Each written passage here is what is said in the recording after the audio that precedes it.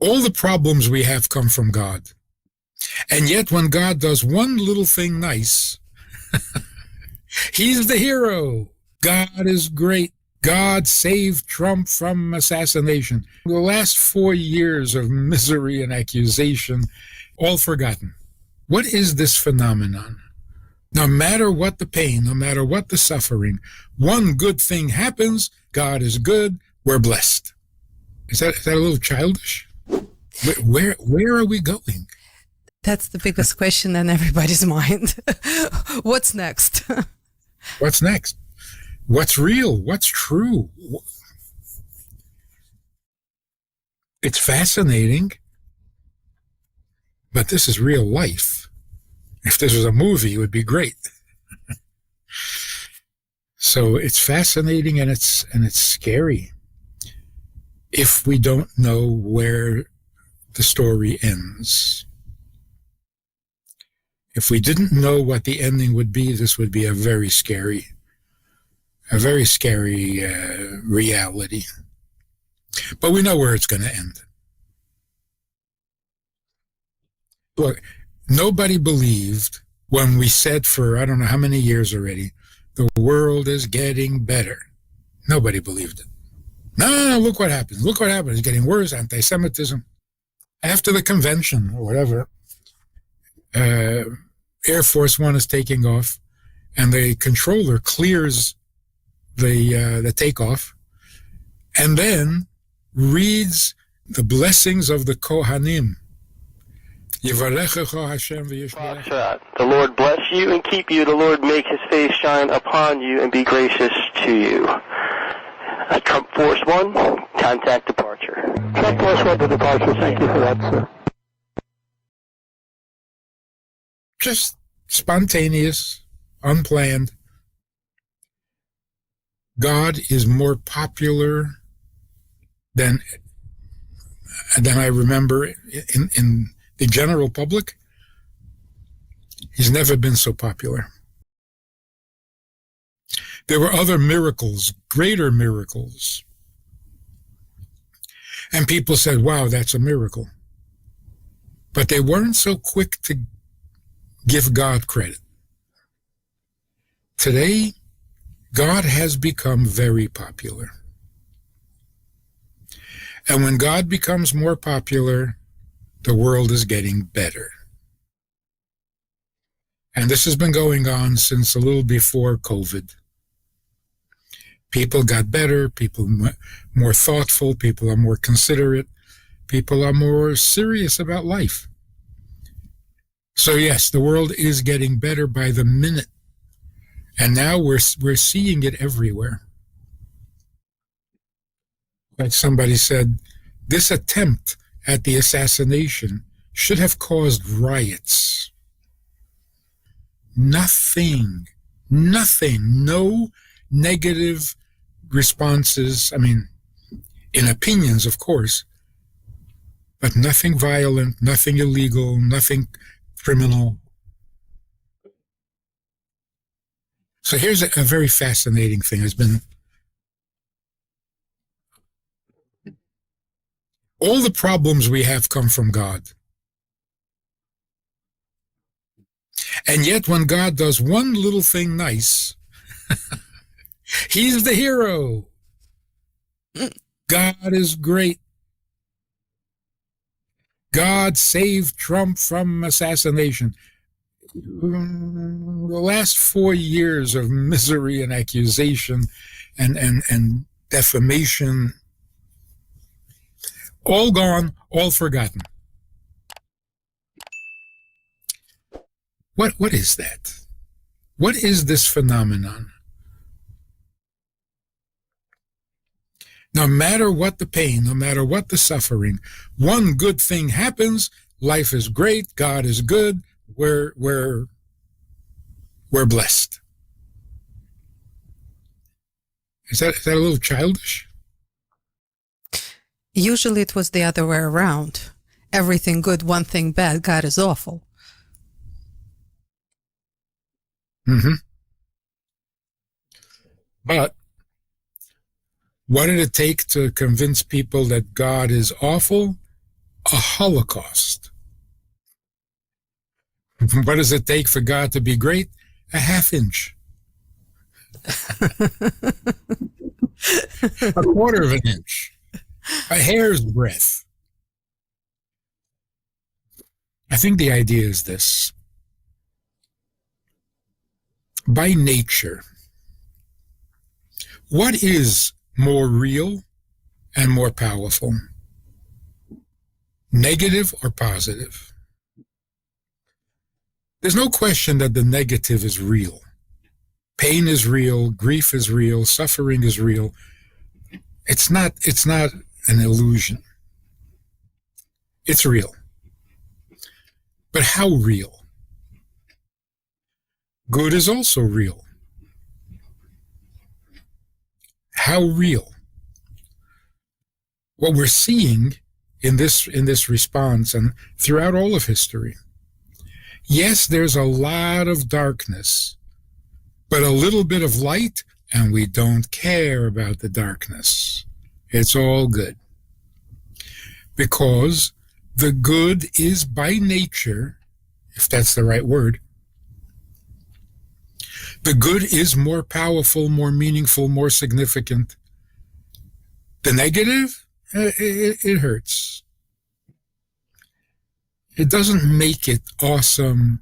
It doesn't make it eternal. It doesn't make it divine. There's nothing awesome about pain.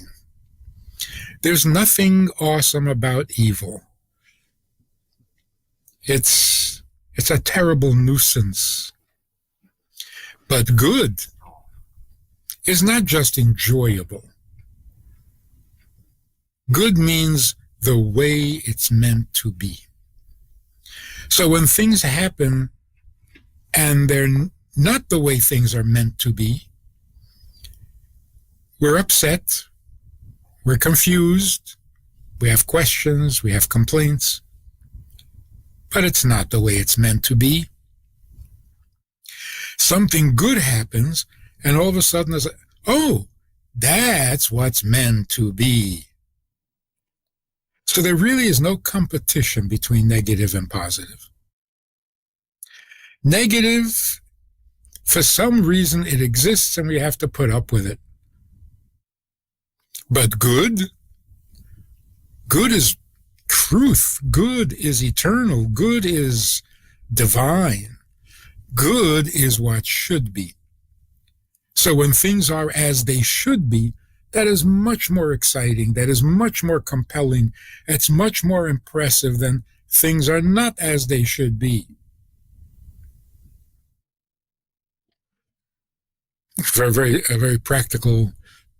When things are not as they should be, well then fix it. So make it the way it should be. But when things are as they should be, what can you do? Nothing. It's already perfect. It's bigger than us. Whereas the negative, fix it. Don't worship it, fix it. But that which is correct and that which is true and that which is right, obviously it doesn't need fixing. We can't add to how right that is. We can only be grateful and thankful and appreciative. Very different realities. Rabbi Friedman, but the reality is that the dark took over control in the recent years, as we are finding out. And that's also real. And it's not us, it's above us as well. It's among us. But it is us. It's some of us. A few of us. Right? It's definitely real. But it's really negative. It really shouldn't be. So eventually it won't be. Because what isn't real doesn't last. So yes, it looks very impressive, it looks very powerful, looks very convincing, intimidating, but it's not. Look, the same thing happens in a family. A very common occurrence. A child rebels, hurts the parents terribly, destroys the fabric of their lives, and this can go on for many years. And then the child calls and says, "Can I come home?"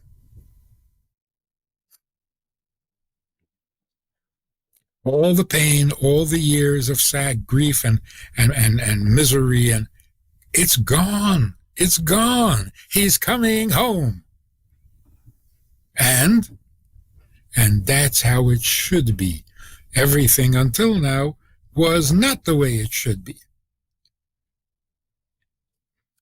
So why is it that one positive gesture erases all the years of it? The word positive is insufficient. Yeah, it's positive. It feels much better when he wants to come home than when he hates your guts. Yeah, it feels much better. But it's more than feels better. Now everything is right. Now everything is as it should be. And that deserves a little attention and a little thought. As it should be. What makes things right or wrong? It's not a question of which things are as they should be. What does it mean that something is as it should be? But that's a very powerful statement. It should be?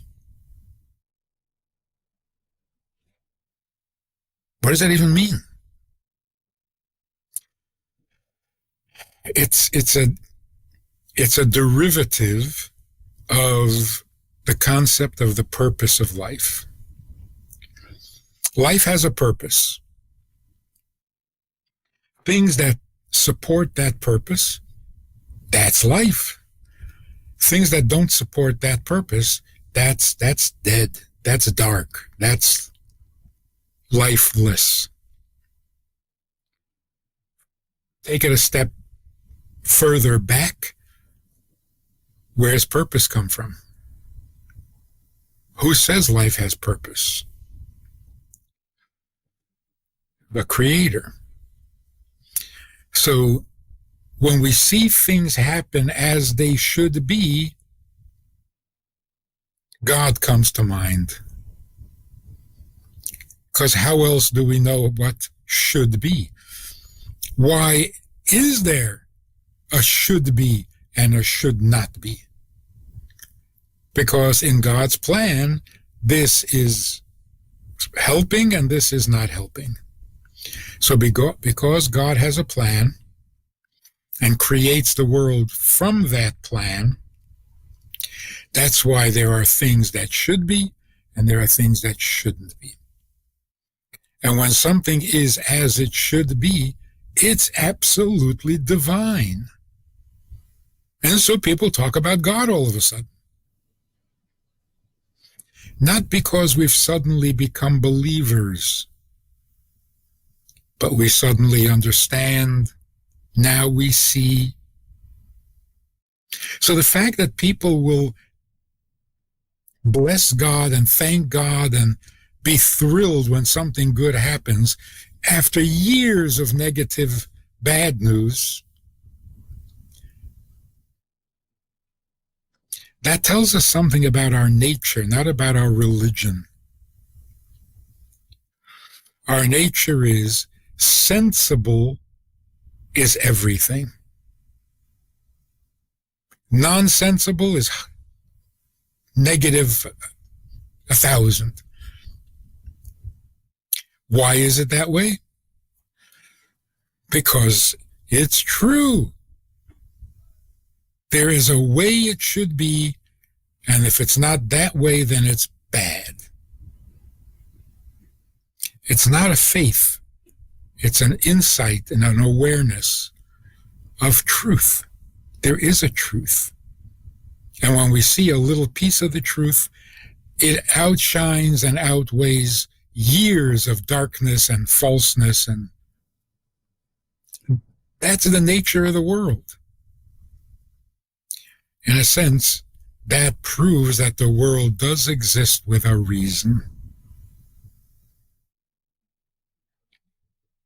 It's a very powerful lesson.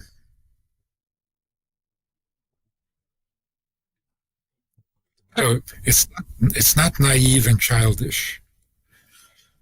I abuse you, I make you suffer and then I give you a lollipop and everything's good.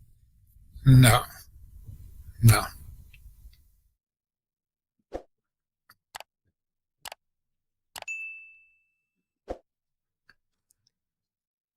Rabbi Friedman, a lot of people saw justice in what happened. God's justice. Justice came from God. That what happened, how a millimeter, whatever it was, a hair that saved President Trump, that came obviously from God's will, that it was justice. And what we have seen in the last, not even 4 years. 4 years we've been seeing it in our face. It's been there all along. That is injustice. And a lot of people are using just that word. Do you think that is a correct approach to what we're seeing, justice and injustice? The words are fine. But justice and injustice is the same as purpose and purposeless, meaningful or meaningless. Pretty much the same idea. When we think that we have completely forgotten right from wrong, we don't know anymore what should be, what shouldn't be, what's up, what's down. All of a sudden we see, no, we haven't forgotten. When we finally see something positive, all the right memories come back. And that's basically what Mashiach is. When Mashiach comes and a little bit of truth starts to trickle in, all the suffering of history will become forgettable. Not only, it'll even become a positive force because it led us to this. So we're definitely going through not a religious revival. We've had those many times, and they didn't bring good results.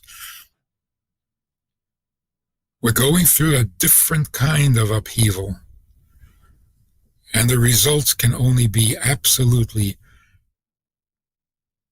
cosmically positive, eternally positive, because it's real. It's not hope out of desperation or a leap of faith to cover up everything that makes no sense. This time it's making sense. We're there. We got it. Rabbi Friedman, what makes it real? What makes it real? How can we completely, you said we got it. I think we're close to getting it. I agree. I think people are coming to consensus on a lot of things, on a lot of good and real things. But if we were to identify what makes it real?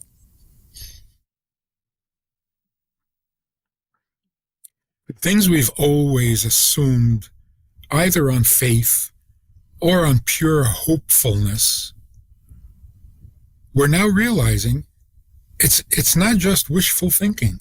It's true. It's real. Good is much more positive than negative.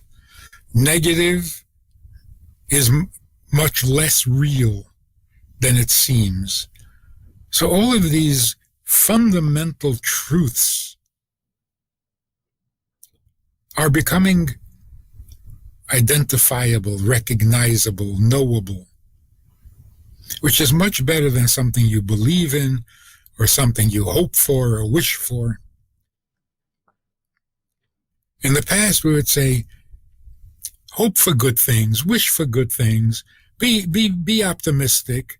Maybe it's not actually true, but, well, what are you going to do? Sit and cry all day? But now we realize, no, it is true. It is true. Those things we call positive are absolutely true.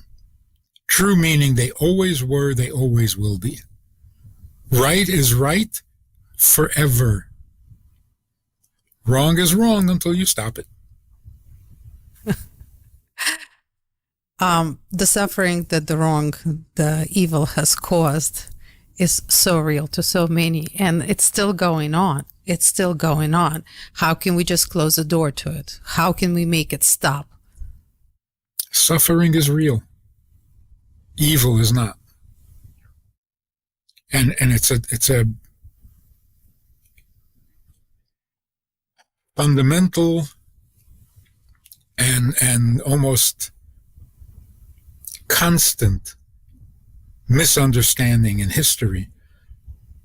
Pain and evil are not the same thing.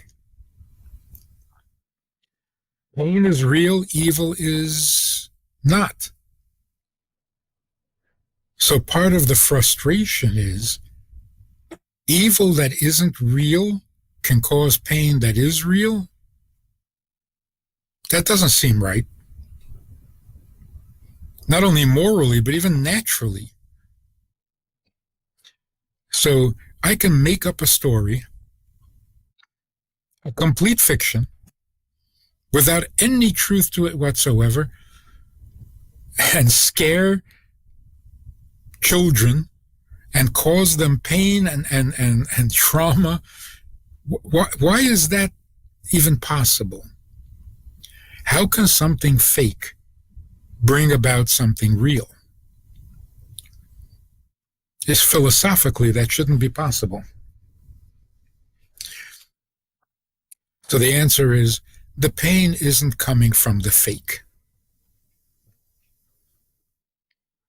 The pain is part of the fabric of this lowest of all worlds. What can stimulate that pain? Just about anything.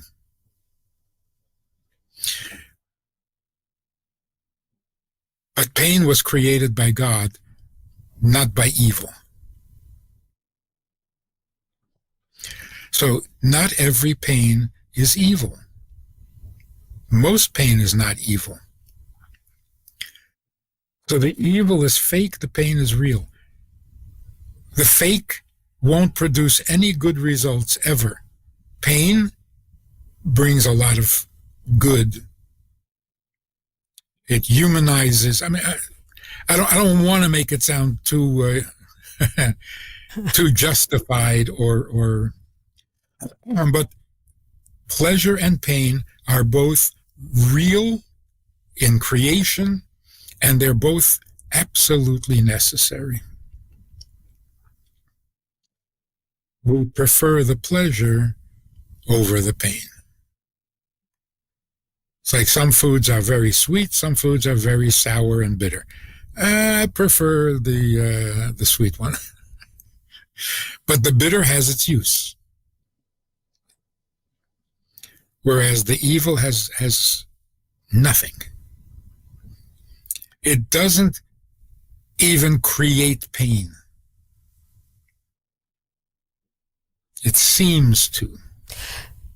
This is a very, very hard concept to grasp, I'm sure, for a lot of people, me including, because we see the tyranny that comes from evil that causes pain. How can we interpret it to see that the pain and the evil are separate? One example might be a person goes to a doctor and he's in a lot of pain. What should the doctor do? Stop the pain? or stop the disease. If you just stop the pain, you could be killing the patient, because the disease continues, and now there's no pains reminding the person or motivating the person to heal. So it's not the pain that is the enemy, it's the disease. So we can't always blame the pain. The pain is the signal, the awareness, the natural response to that which shouldn't be. So it's not that the pain shouldn't be, it's whatever's causing the pain shouldn't be. And then, of course, there'd be no reason for the pain. Rabbi Friedman, but where does this disease came from, this evil disease that we're living with for so many centuries? From people's bad choices. We have free will. We can be destructive. We can be malicious. We can be cruel. And that tendency, or that perverse pleasure in causing people pain, that's got to go. Much more than the pain itself. So instead of attacking the pain and wanting to be pain-free, we should attack the cause and be free of that. In other words, morality. We've forgotten that it's the morality or immorality that is our enemy and our mission. Our mission is to rid the world of immorality. It's not our mission to rid the world of pain. Indirectly, of course, if we get rid of immorality, there would be no need for the pain. And that would be Mashiach. So why in Mashiach's days will there be no pain and no suffering and no illness? Because we've gotten rid of the cause, not the symptom. So a symptom of illness is actually a good thing. Without the symptoms, we wouldn't even know that we're in danger. So we're not fighting pain. We don't want to be pain-free. We want to be evil-free. Rabbi Friedman, I think you explained it extremely well on a physical level, but it seems that the biggest war we're going through right now is on the mental level, and the mental health is being affected. And that is a much harder place to fight than on the physical level. How did it get us there, and how do we deal with it in that area? Well, just to stick to the theme, part of the darkness is that we took pain as evil, and we took evil as real. And when you think evil is real, you get intimidated. You kind of lose your bearing.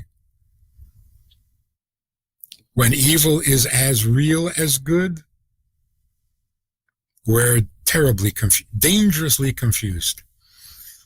Evil is not as real.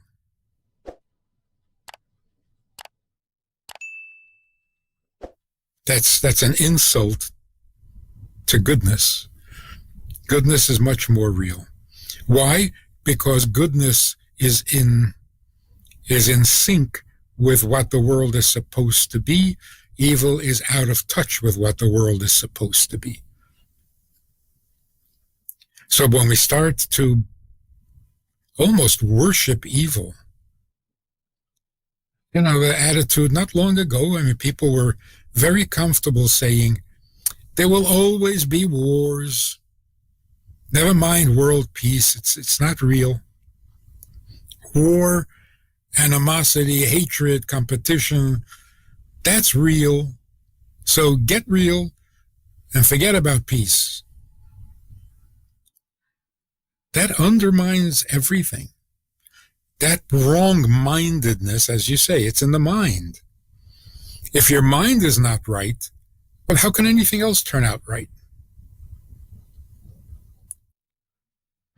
And that's why it's so good to see that people are starting to realize what is right-minded, not just more pleasurable. If you enjoyed this conversation or this topic, and you're looking for more information, or you want to hear it again from another angle, there's a way to do that. And that is in this book. It's all there. Order it from Amazon. You can read it, reread it, and share it. These ideas, these messages, this approach to life, this approach to Torah, to meaning, and to morals is vital for the world today, and we need to get this message out to the entire world. It is universal, it's essential, it's indispensable.